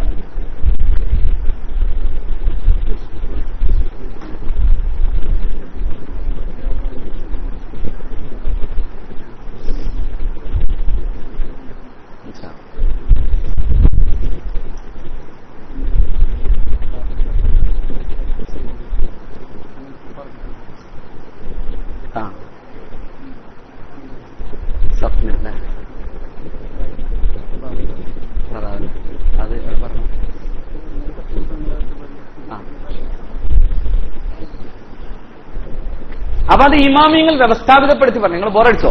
പറഞ്ഞിട്ട് വ്യവസ്ഥാപിതപ്പെടുത്തി പറഞ്ഞ ഒരു കൃത്യമായൊരു ഒരു ക്യാപ്സൂൾ ഉണ്ട്. ഏതാണത്? തസ്ബീഹ് ചൊല്ലുക, ദിക്ർ ചൊല്ലുക, അതിനുശേഷം ദുആ ചെയ്യുക എന്ന രീതിയിൽ മദ്ഹബിന്റെ ഇമാമിങ്ങൾ പറഞ്ഞു. അത് ചെയ്യാം. പിന്നെയും നിങ്ങൾ ഇരുന്ന് സ്വലാത്തില്ല എന്നൊക്കെ പറയുമ്പോണ്ടാണ് പ്രശ്നം എന്ന് വെച്ചാല്, സ്വലാത്തിൽ ഇതിലൊരു വിഷയം ഞാൻ പറയാം. ഈ ജമാഅത്തിന് വരുന്ന ഒരാളെ ഇടങ്ങേറാക്കുന്ന രൂപത്തിൽ ഇമാമ് പോകാനും പാടില്ല. അതുകൊണ്ടാണ് ദീർഘമായ അർത്ഥത്തിലുള്ള ഖിറാഅത്ത് പോലും സത്യത്തിൽ നിരുത്സാഹപ്പെടുത്തുകയാണ് ചെയ്തത്. മഹാനായ ഒരു സ്വഹാബിയോട് അല്ലാഹുവിന്റെ റസൂൽ ഇങ്ങനെ തന്നെ ചോദിക്കുന്നുണ്ട്, ആ പത്താനന്ത നീ എന്താടോ ഫിത്ന ഉണ്ടാക്കാണെന്ന് ചോദിച്ചൊരിക്കൽ. എന്താ കാരണം എന്നറിയോ? ആ സ്വഹാബി ദീർഘമായി ഖിറാഅത്ത് ചെയ്യുന്ന ആളായിരുന്നു. അങ്ങനെ പുണ്യനബിയുടെ അടുത്തുള്ള ആളുകൾ പരാതിയുമായി ചെന്നു, നബിയെ സംഗതി ജമാഅത്തിന് പോകണമെന്നുണ്ട്, പക്ഷെ മൂപ്പര് ഇമാമത്ത് നിന്നാൽ നിങ്ങൾക്ക് വീട്ടിൽ പോകാൻ പറ്റില്ല. എന്താ കാര്യം? ഒരുപാട് നേരം പിടിക്കുന്നു, അത് കാരണം ഞങ്ങൾക്ക് പോകാൻ കഴിയാതില്ല എന്ന് പറഞ്ഞപ്പോ റസൂലുള്ള ആളെ വിളിച്ചിട്ടാ ചോദിച്ചത്, ആ പത്താനന്ത നീ ഫിത്ന ഉണ്ടാക്കാം. എന്താ ഫിത്ന ഉണ്ടാക്കാന്ന് വെച്ചാൽ ജമാഅത്തിന് വരേണ്ട മുഅ്മിനീങ്ങൾ ജമാഅത്തിന് വരാതെയാകാൻ നീ കാരണക്കാരനായി മാറുന്നു എന്നർത്ഥം. മനസ്സിലായില്ലേ? അപ്പോ അത് ഇമാമിന്റെ പണിയാണ്. ഒരുപാട് സലാത്തൊന്നും ആവശ്യമില്ല. ചെല്ലണമെങ്കിൽ മാറുന്ന സലാത്ത് എപ്പോഴും ചെല്ലാവുന്നതുമാണ്, എപ്പോഴും ചെല്ലാവുന്നതാണ്. ഒരു കാര്യവും അതിന് വ്യത്യാസപ്പെടേണ്ട ആവശ്യമില്ല. കാരണം സലാത്ത് മൻ ദുഖിർതു ഇൻദഹു, ഒരാൾ അയാളുടെ അടുക്കൽ വെച്ച് എന്നെ ഓർക്കപ്പെട്ടു എന്നാണ്, ഞാൻ പറയപ്പെട്ടു എന്ന് പോലും അല്ല. മനസ്സിലായോ? എന്നെ കുറിച്ച് എന്തെങ്കിലും ഓർത്താ മതി. റസൂൽ സല്ലല്ലാഹു അലൈഹി വസല്ലം മുഹമ്മദുൻ എന്ന് തന്നെ ഓർക്കപ്പെടണമെന്നില്ല. എന്നെ ഓർക്കപ്പെട്ടു, എന്റെ പേര് തന്നെ ചെല്ലണമെന്നില്ല. എന്നെ ഓർക്കപ്പെടുന്ന എന്തെങ്കിലും ഒന്ന് മതി. സ്വലാത്ത് ചെല്ലാൻ. വലം യുസല്ലി അലയ്യ, എന്നിട്ട് അവൻ സ്വലാത്ത് ചെല്ലിയില്ല എന്ന് വന്നാൽ അവനേക്കാൾ വലിയ പിശുക്കൻ ഈ ഭൂമിയിലില്ലെന്ന് മുഹമ്മദ് നബി സല്ലല്ലാഹു അലൈഹി വസല്ലം. അപ്പൊ അതിൽ സ്വലാത്ത് നിരന്തരം ചെല്ലണം. വിജയത്തിലേക്കുള്ള ഒരേ ഒരു വഴിയും അത് തന്നെയാണ്, അതിലൊന്നും സംശയമില്ല. പക്ഷേ അതിപ്പോ ഖുർആൻ പാരായണം ചെയ്യണം, നല്ലതല്ലേ? ആണല്ലോ. എന്നിട്ട് പിന്നെ എന്താ ഉസ്താദ് ഇങ്ങനെ നിസ്കാരത്തിൽ കുറഞ്ഞത് മതി എന്ന് പറയാൻ കാരണം? അതൊക്കെ മുഅ്മിനീങ്ങൾ ഉണ്ടാക്കി വെച്ച ഒരു വ്യവസ്ഥാപിത സ്വഭാവത്തിന് അപ്പുറത്തേക്ക് പോയാൽ, ഇപ്പോ ഒരാൾക്ക് സുബഹി നിസ്കരിക്കാൻ നിൽക്കുന്ന ഒരാൾക്ക് സൂറത്തുൽ ബഖറ എന്ന് ഇപ്പൊ ഒരു ഹാഫിദിന് സൂറത്തുൽ ബഖറ ഒതുക്കൂടെ? സൂറത്തുൽ ബഖറയും സൂറത്തു ആലി ഇംറാനും തന്നെ 2 റക്അത്തുകളിൽ ഓതാൻ തീരുമാനിച്ചാൽ എന്ത് ചെയ്യും? ഷാഫി മദ്ഹബ് പ്രകാരം ഒരാൾ സുബഹിയുടെ വഖത്തിൽ ഒരാൾ നിസ്കരിക്കാൻ കൈകെട്ടി സൂറത്തുൽ ബഖറ തുടങ്ങി സൂറത്തു ആലി ഇംറാനും തുടങ്ങി 8 മണിയായാലും അയാളുടെ, അതായത് ആ നിസ്കാരം എന്തല്ല, ഖളാ പോലും ആവൂല. 8 മണി വരെ സുഖമായിട്ട് നിങ്ങൾ നിസ്കരിക്കാം. നാട്ടി പിന്നീന്ന് വരുന്നുള്ളൂ അല്ലെ? അപ്പോ എന്താണ് വേണ്ടത്? അതിനൊക്കെ മിനിമം ലെവൽ എന്ന് പറയുന്ന സംഭവമുണ്ട്. മിനിമം ലെവൽ, എല്ലാത്തിനും ഒരു മിനിമം ലെവൽ ഉണ്ട്. ആ മിനിമം ലെവൽ നിസ്കാരത്തിലും പ്രധാനമാണ്, ഖിറാഅത്തിൽ പ്രധാനമാണ്. അതോടൊപ്പം തന്നെ ഈ ദുആ പ്രധാനമാണ്. അതുകൊണ്ട് ശ്രദ്ധിക്കണേ, ഇത് ഒരർത്ഥത്തിൽ പറഞ്ഞാൽ ധിക്കാരമായി മാറും. ആരോടുള്ള ധിക്കാരം? ഈ കൂട്ടദുആ പഠിപ്പിച്ചു തന്ന പടച്ചവനോടുള്ള ധിക്കാരാവും. ഈ കൂട്ടദുആ പഠിപ്പിച്ചത് ആരാണ്? അള്ളാഹുവാണ്. എന്നിട്ട് ആ കൂട്ടദുആയിൽ നിന്നും മാറി നിന്നും നീ ദ്വാരന്നാൽ അള്ളാഹുവാണ് സ്വീകരിക്കേണ്ടതെന്നുള്ള ഓർമ്മയുണ്ടായാൽ മതി. അള്ളാഹു നീ പറയും, അയാൾക്കിപ്പോ ഞാൻ പറയണമെന്നൊക്കെ അയാൾക്കറിയോ? അയാളെല്ലാം പറയണ്ട്. ഒന്നുമില്ലെങ്കിൽ അയാൾ അവസാനം പടച്ചവനെ ഞങ്ങളുടെ ഇതൊക്കെ സ്വീകരിക്കണേന്ന് പറയും. റബ്ബനാ തഖബ്ബൽ മിന്ന, ഒന്നും വേണ്ട. റബ്ബനാ ആതിനാ ഫിദ്ദുനിയാ ഹസനതൻ വഫിൽ ആഖിറതി ഹസനതൻ വഖിനാ അദാബന്നാർ. ഒരു ദുആയും ആവശ്യമില്ല, ഒറ്റ ദുആ മതി. ഇമാം ഷാഫി തങ്ങൾ പറയാറുള്ളത് പോലെ ഈ ഒരൊറ്റ ദുആ മതി. എന്തുകൊണ്ട്? അതിലെല്ലാം ഉണ്ട്. റബ്ബനാ ആതിനാ ഫിദ്ദുനിയാ ഹസന, പടച്ചവനെ ദുനിയാവിൽ നീ എല്ലാ നന്മയും തരണേ, ആഖിറത്തിൽ നീ എല്ലാ നന്മയും തന്നെ. ഇനി വല്ലതുണ്ടോ? ആഖിറത്തിൽ ഇനി അദാബ് വരുത്തല്ല എന്ന് പറയേണ്ട ആവശ്യമില്ലോ. ഖബറിൽ ഇന്ന പിടുത്തുണ്ടെന്ന് പറയേണ്ട ആവശ്യമുണ്ടോ? ഭൂമിയിൽ പടച്ചവൻ എന്റെ കച്ചവടം ശരിയാക്കുമെന്ന് പറയേണ്ട ആവശ്യമുണ്ടോ? എല്ലാം എന്തിനുണ്ട്?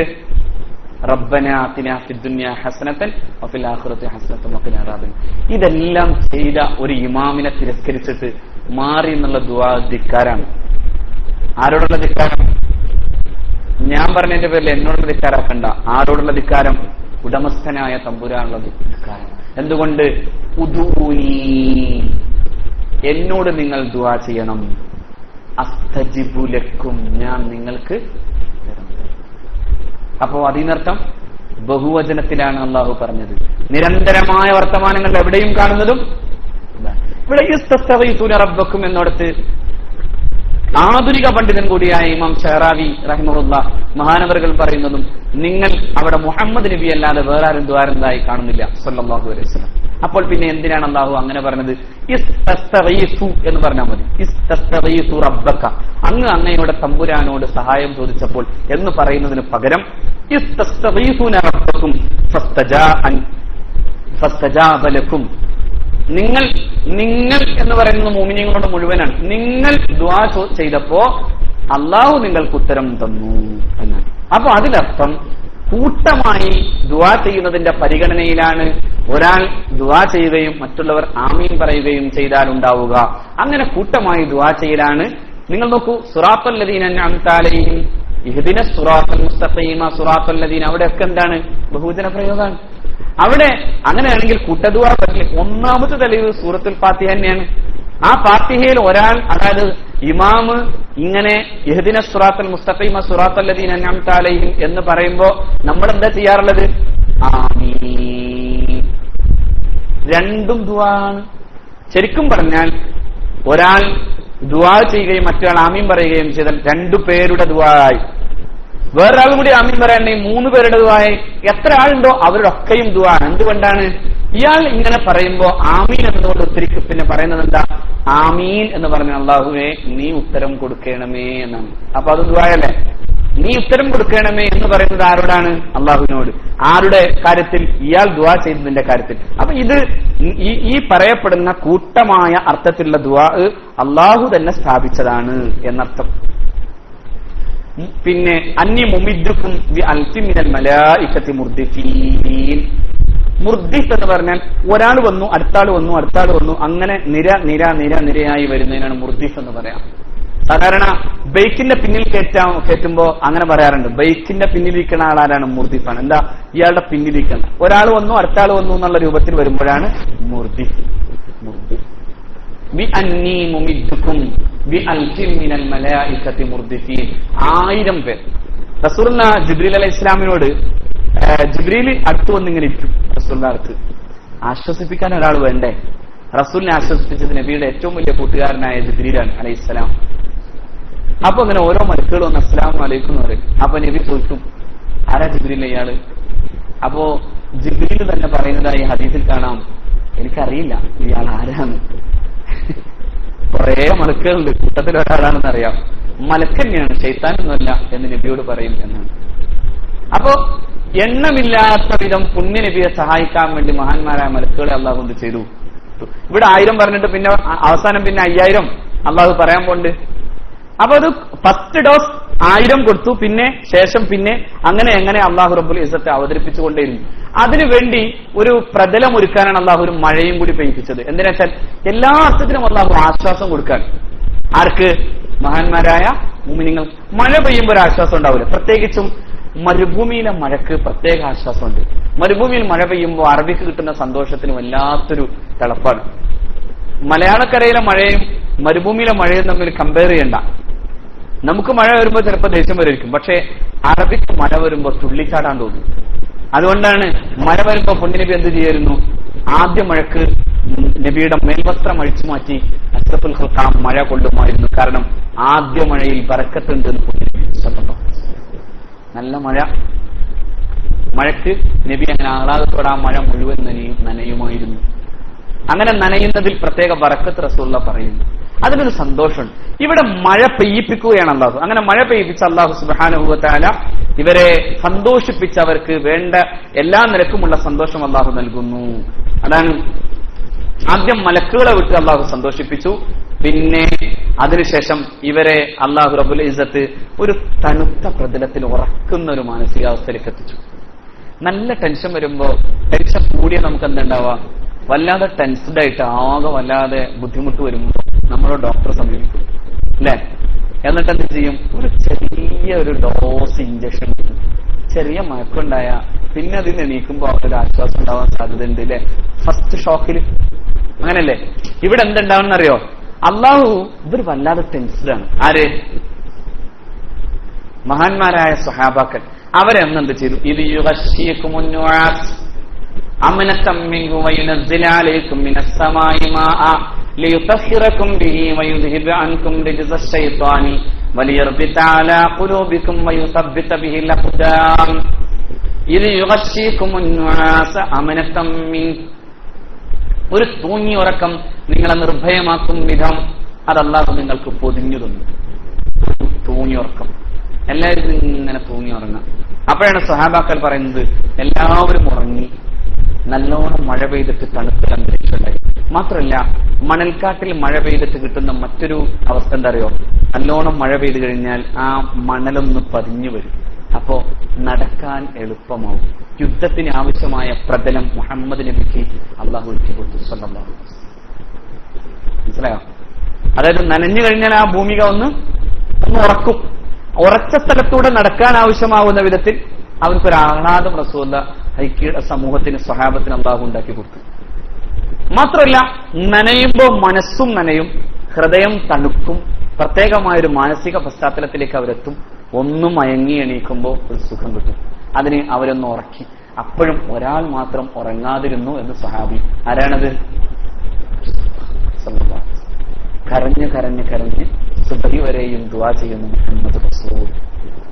അല്ലാഹുമ്മ ഹാദി ഈറു ഖുറൈശിൻ ഫീഹൽ അംവാൽ ഫഅഖ്രിജു ഇലൈഹിം ലഅല്ലല്ലാഹു അൻ യുനഫിലുകും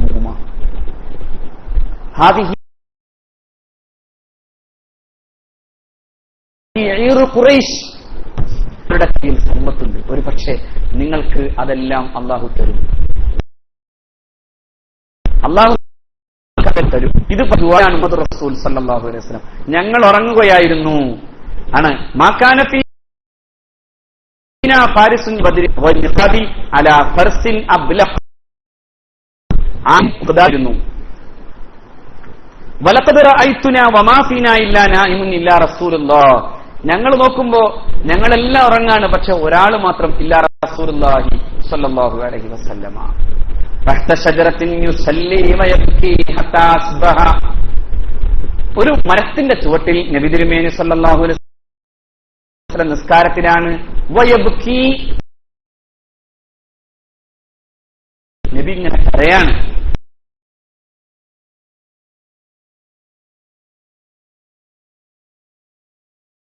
റസൂൽ കരയാണ്. ഹത്താ അസ്ബഹ വയുദ്ഹിബി അൻ. നിങ്ങൾ പരിഭ്രാന്തരായിരുന്നു, നിങ്ങൾ യുദ്ധം ചെയ്യാൻ വരുന്നതിന്റെ യാതൊരു സജ്ജതയുമില്ലാതെ വന്നവരായിരുന്നു. അപ്പോഴുണ്ടായ നിങ്ങളുടെ പരിഭ്രാന്തി പൈശാചികമായ ബാധയായി മാറാതിരിക്കാൻ ആവശ്യമാകുന്ന വിധം നിങ്ങൾക്കൊരു ചെറിയ ഒരു ഉറക്കു നൽകി, നിങ്ങൾക്കൊരു ട്രീറ്റ്മെന്റ്, ഒരു സൈക്കോളജിക്കൽ ട്രീറ്റ്മെന്റ് അല്ലാഹു റബ്ബുൽ ഇസ്സത്ത് തന്നു. നിങ്ങളെ പൈശാചികമായ സകല ബാധയിൽ നിന്നും മാറ്റി. ഒരു ഉറക്ക് പിശാചിന്റെ ബാധയിൽ നിന്നും മാറാൻ നല്ലതാണ്. ഒന്ന് മയങ്ങട്ടെ, അവൻ എണീക്കുമ്പോ അവന്റെ മനസ്സു നന്നാവും. അല്ലെ,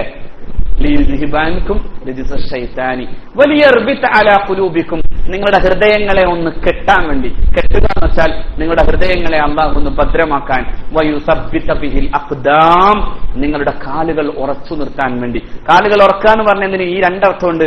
അതായത് മനസ്സുറക്കുമ്പോൾ കാലുറക്കും, മറ്റൊന്ന് പ്രതലമുറക്കുക എന്നർത്ഥത്തിലാണ്. പ്രതലമുറക്കാൻ മഴ പെയ്തിട്ട് അവിടെ ഒന്ന് ആ മണൽ ഭൂമികയെ ഒന്ന് അല്ലാഹു ശരിപ്പെടുത്തി കൊടുത്തു. അങ്ങനെ പ്രതലവും ഉറച്ചു.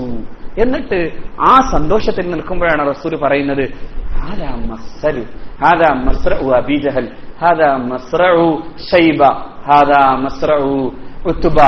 ഇത് ഉത്ബയുടെ മരണസ്ഥലം, ഇത് അബൂജഹലിന്റെ മരണസ്ഥലം, ഇത് ഇന്നയാളുടെ മരണസ്ഥലങ്ങൾ എന്ന് മുഹമ്മദ് നബി. അതാണ് യുദ്ധം കഴിഞ്ഞപ്പോ അള്ളാഹുവിന്റെ റസൂൽ അബൂജഹൽ എവിടെയെന്ന് ചോദിക്കുന്നുണ്ട്. അബൂജഹൽ എവിടെ? അപ്പോഴാണ് സ്വഹാബാക്കൾ എല്ലാവരും ആലോചിക്കുന്നത്, അബൂജഹൽ ഇനിയും ജീവിച്ചിരിക്കുന്നുണ്ടാവോ? ഇവൻ തീർന്നില്ലേ? ഇവരാരും കൊന്നതിനെ കുറിച്ച് ഓർക്കണേയില്ല. അവസാനം അബ്ദുല്ലാഹി ഇബ്നു മസ്ഊദ് റളിയല്ലാഹു അൻഹു ഓടിച്ചു നോക്കുമ്പോൾ അബൂജഹൽ മരിച്ചിട്ടില്ല.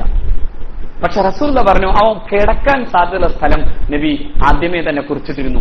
ആ സ്ഥലത്ത് പോയി അബ്ദുല്ലാഹി ഇബ്നു മസ്ഊദ് തങ്ങൾ നോക്കുമ്പോൾ അബ്ദുല്ലാഹി ഇബ്നു മസ്ഊദ് ഇയാള് മരണ വക്ത്രത്തിലാണ്. കാരണം 2 കുട്ടികൾ കൂടി ഏതാണ്ട് ശരിയാക്കിയിരുന്നു ഇവനെ. മഹാനായ അബ്ദുറഹ്മാൻ ബിൻ ഔഫ് റളിയല്ലാഹു അൻഹുവിന്റെ 2 സൈഡുകളിലും നിന്നിരുന്നത് 16 വയസ്സുകാരായ 2 കുട്ടികളായിരുന്നു. ഇബ്നു അഫ്രാ എന്നാണ് അവരെ കുറിച്ച് പറയാതെ. അഫ്രാ എന്ന് പറയുന്ന ഒരു മാതാവിന്റെ 2 മക്കളാണവർ. ആ 2 മക്കൾ ഈ നബി പിന്നെ ഈ അബ്ദുറഹ്മാൻ ബിൻ ഔഫിന്റെ അടുക്കൽ നിൽക്കുമ്പോൾ അബ്ദുറഹ്മാൻ ബിൻ ഔഫിന് ഒരു മാനസികമായ ബുദ്ധിമുട്ടുണ്ടായിരുന്നു. അണിയിൽ പടച്ചോനെ, എനിക്ക് മുമ്പിൽ റസൂലുള്ള ഒരുക്കി തന്നിട്ടുള്ള 2 കൂട്ടാളികളായി നിൽക്കുന്ന, ഇരുവശത്ത് നിൽക്കുന്നവർ ചെറിയ മക്കളാണല്ലോ. യുദ്ധത്തിന് പോകുമ്പോൾ ഇവരുടെ സഹായം കിട്ടുക എന്നുള്ളത് ബുദ്ധിമുട്ടാവൂലോ, എന്തായിരിക്കും എന്നിങ്ങനെ മനസ്സിൽ ആശങ്കപ്പെട്ടിരുന്നു അബ്ദുറഹ്മാൻ ബിൻ ഔഫ്. അപ്പോഴാണ് ഒരു കുട്ടി പതുക്കെ തോന്നിയിട്ട് ചോദിക്കാണ്, അമ്മി ഐനാ അബൂജഹൽ, ഐനാ അബൂജഹൽ. ആരെയാ ചോദിക്കുന്നത്? ഖുറൈശികളുടെ നേതാവിനെ, ഐനാ അബൂജഹൽ. അപ്പോ അബ്ദുറഹ്മാൻ ബിൻ ഔഫ് ചോദിച്ചു, അബൂജഹൽ എന്ത് ചെയ്യാനാ? പറഞ്ഞിട്ടെ, ബാക്കി ഞാൻ ചെയ്യാം. പറഞ്ഞു തന്നാൽ എന്റെ പ്രവാചകനെതിരായി വർത്തമാനം പറഞ്ഞ നേതാക്കളുടെ കൂട്ടത്തിലെ നേതാവ് അവനാണ്. അവനെ കാണിച്ചു തന്നാ മതി. ഞാൻ ചോദിക്കുന്നതൊന്നും മറ്റാൾ അറിയണ്ട കേട്ടോ, ഞാൻ മാത്രം അറിഞ്ഞാ മതി. അയാളെ ഞാൻ ശരിപ്പെടുത്തുമെന്ന്. ആരാ മറ്റേയാള്? സൈഡിൽ നിൽക്കുന്ന സഹോദരൻ. അപ്പോ അബൂജഹൽ എന്നെ ചോദിക്കാൻ മാത്രം കേമന്മാരാണ് ഇവരെന്നുള്ള തോന്നലിൽ അബ്ദുറഹ്മാൻ ഔഫ് വലത്തു നിന്ന ആളോട് പറഞ്ഞു കൊടുത്തു. അത് കഴിഞ്ഞു നോക്കുമ്പോണ്ട് എടുത്തുന്നൊരു തോണ്ടല്, ഇടത്തും തോണ്ടിട്ട് ഇതേ ചോദ്യം, അമ്മി ഐന അബൂജഹൽ, ഐന അബൂജഹൽ, ഐന അബുൽ ഹക്കം, എവിടെ അവൻ? അപ്പോ ഇതേ ചോദ്യം തന്നെ ചോദിച്ചു അബ്ദുറഹ്മാൻ ഇബ്നു ഔഫ്. അയാൾ ആരാന്ന് നിനക്കറിയില്ലേ? അയാളെ നീയൊക്കെ എന്ത് ചെയ്യാനാണ്?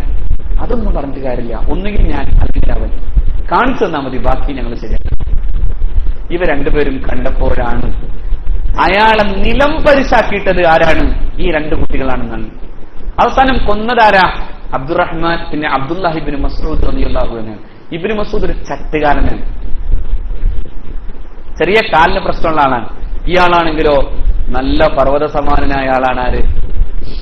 അബൂജഹൽ. അബൂജഹൽ കിടന്നിട്ട് മഹാനായ ഇബ്നു മസ്ഊദ് തങ്ങൾ ഒരു വാളുകൊണ്ട് കുത്തിയിട്ടാണ് അത്രേ ഇയാളുടെ മുകളിലേക്ക് ചാടിക്കയറിയത്.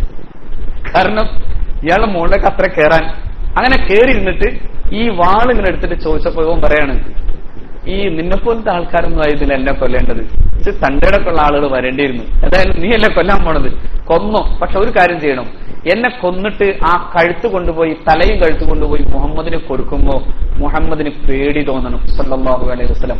അമ്മാതിരി എന്നെ അറക്കണം എന്ന് പറഞ്ഞു. അതെങ്ങനെ അറക്കുക? ഇങ്ങനെ ഈ സൈഡിൽ നിന്ന് അറുത്തെടുത്തിട്ട് ഇങ്ങനെ എടുത്താൽ ഈ ശരീരത്തിന്റെ പകുതി ഭാഗത്തോടു കൂടെ അറക്കണം.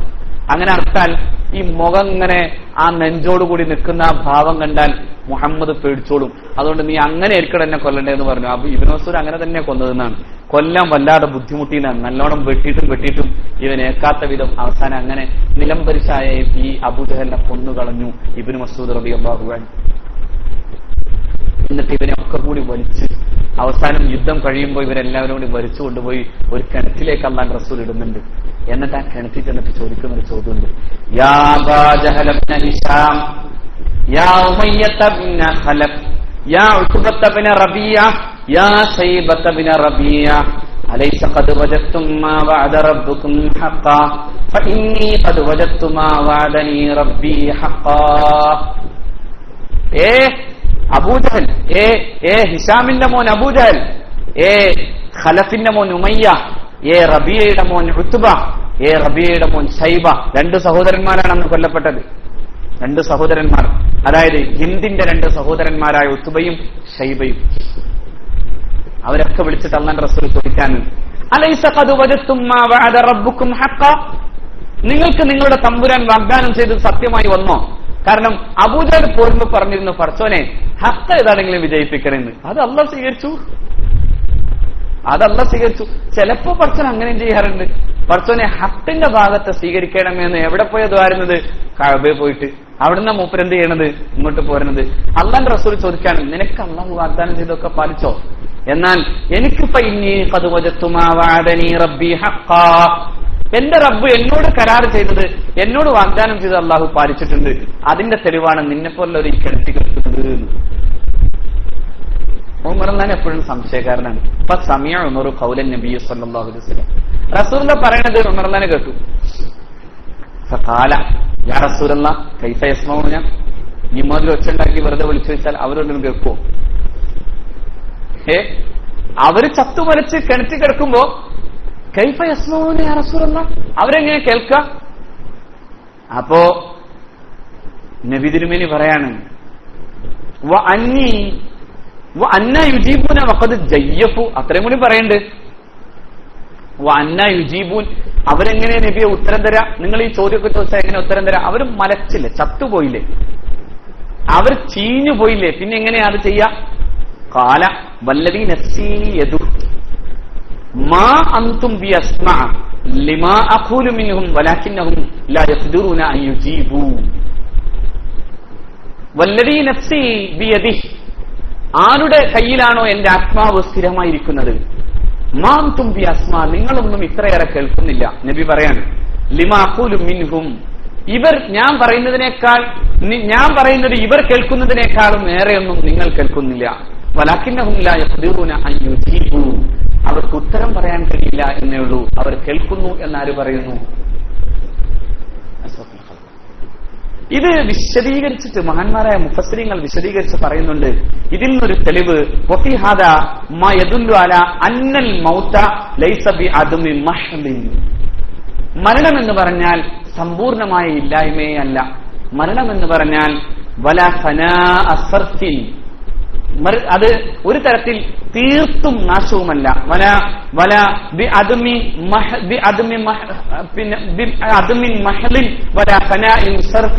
തീർത്തുമുള്ള നാശമല്ല, തീർത്തുമുള്ള അഭാവമല്ല. ശരീരത്തോട് ആത്മാവ് ബന്ധിതമാകുന്നില്ല എന്നേ ഉള്ളൂ. ശരീരത്തോട് ആത്മാവ് ബന്ധിതമാകുന്നില്ല, മറിച്ച് അത് അതിന്റെ സംവേദനം കേൾക്കുക തന്നെ ചെയ്യുന്നു എന്നാണ് മഹാനായ ഇമാം ഖുർത്തുബി. അതുകൊണ്ടാണ് പുണ്യനബി ഇങ്ങനെ പറയുന്നുണ്ട്, ഇന്നൽ മയ്യിത ഇദാ വുദിഅ ഫീ ഖബ്രിഹി, മയ്യിത്ത് അതിന്റെ ഖബറിൽ വെക്കപ്പെട്ടാൽ വതവല്ല അൻഹു അസ്ഹാബുഹു, അനുയായികളായിരുന്ന കൂട്ടുകാർ മുഴുവനും അവിടുന്ന് പതുക്കെ പിരിഞ്ഞു പോകുമ്പോ ഇന്നഹു ലയസ്മഉ ഖർഅന ആലിഹിം, അവരുടെ ചെരുപ്പിന്റെ പദനിസ്വനം പോലും ആര് കേൾക്കുന്നു? മരിച്ചയാൾ പിരിഞ്ഞു പോകുമ്പോ. അതുകൊണ്ടാ റസൂൽ എല്ലാവരും പെട്ടെന്ന് പിരിഞ്ഞു പോകരുതേ. അവിടെ ഒരു ഒട്ടകത്തിന്റെ മാംസം അറുത്തു വിതരണം ചെയ്യുന്ന സമയം വരെയും മുഅ്മിനീങ്ങളെ നിങ്ങൾ ആ ഖബറാളിയുടെ അടുത്ത് നിൽക്കണം. ഖബറിന്റെ അരികിലൂടെ പോകുമ്പോ ബന്ധു പോകുന്ന സമയത്ത് ആ ഖബറിൽ നിന്ന് അയാളിങ്ങനെ ചോദിക്കുന്നുണ്ടാകും, എന്നെ അറിയാതെ പോയോ? അല്ലാഹുമ്മ ഗ്ഫിർ ലഹും, അല്ലാഹുമ്മ അർഹംഹും, അല്ലാഹുമ്മ അഫു അൻഹും, അല്ലാഹുമ്മ ആഫിഹിം, അല്ലാഹുമ്മ വസ്സിഅ ഖുബൂറഹും, അല്ലാഹുമ്മ വസ്സിഅ ഖുബൂറഹും മദ്ദ, അല്ലാഹുമ്മ വസ്സിഅ ഖുബൂറഹും മദ്ദ السماوات والارض, അല്ലാഹുമ്മ വസ്സിഅ ഖുബൂറഹും, അല്ലാഹുമ്മ സയ്യിൻ ഖുബൂറഹും യാ റബ്ബൽ ആലമീൻ. അല്ലാഹുവിന്റെ ഖബർ വിശാലാക്കി കൊടുക്കട്ടെ. നോക്കൂ നിങ്ങൾ, ഖഅറനി ആലിഹിം, അവരുടെ ചെരുപ്പിന്റെ പിന്നെ അടി പോലും, അവർ കാൽ വെച്ചു പോകുന്നത് പോലും അവർ കേൾക്കും എന്ന് മുഹമ്മദ് നബി സ്വല്ലല്ലാഹു അലൈഹി വസല്ലം. അതുകൊണ്ട് മരിച്ചൂടെ തീരൂല കേട്ടോ. മരിച്ച തീരുമെങ്കിൽ അസ്സലാമു അലൈക്കും യാ അഹ്ലൽ ഖുബൂർ ഇന്നാ ഇൻഷാ അല്ലാഹു ബിക്കും ലാഹിഖൂൻ എന്താ പറയണേ? അസ്സലാമു അലൈക്കും യാ അഹ്ലൽ ഖുബൂർ, ഖബറിൽ കിടക്കുന്നവരെ നിങ്ങൾക്ക് സലാം. ഇന്നാ ഇൻഷാ അല്ലാഹു ബിക്കും ലാഹിഖൂൻ, ഞങ്ങൾക്ക് നിങ്ങളോടുകൂടെ ചേരേണ്ടതുണ്ട്. നിങ്ങളിപ്പോ നേരത്തെ പോയിരുന്നുള്ളൂ, ഞങ്ങൾ പിന്നെ വരുന്നുണ്ട്. ഇന്നാ ഇൻഷാ അല്ലാഹു. അതുകൊണ്ട് സഹോദരന്മാരെ, മരിച്ചു എന്ന് പറഞ്ഞതിന്റെ അർത്ഥം അവസാനിച്ചു എന്നല്ല. മരിച്ചു എന്ന് പറഞ്ഞാൽ ഒരു ലോകത്തു നിന്ന് മറ്റൊരു ലോകത്തേക്ക് യാത്ര ചെയ്യാൻ തുടങ്ങിയാണ്.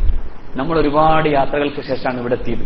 ഒന്ന് ആലമുൽ അർവാഹ് എന്നൊരു യാത്ര, പിന്നെ മാതൃഗർഭപാത്രത്തിൽ നിന്ന് തിരിച്ച് ഇങ്ങോട്ടൊരു യാത്ര, ഇവിടുന്ന് ഇനി അതുപോലൊരു യാത്ര. ആ യാത്രക്ക് മുമ്പേ ഒരു താവളം. അതുകൊണ്ടാണ് നീ ആ താവളത്തിൽ ഒരു ക്രോസ് റോഡ് എന്ന രീതിയിൽ മാത്രമേ നിൽക്കാവൂ. ക്രോസിംഗ് റോഡ് എന്തേ ഉള്ളൂ?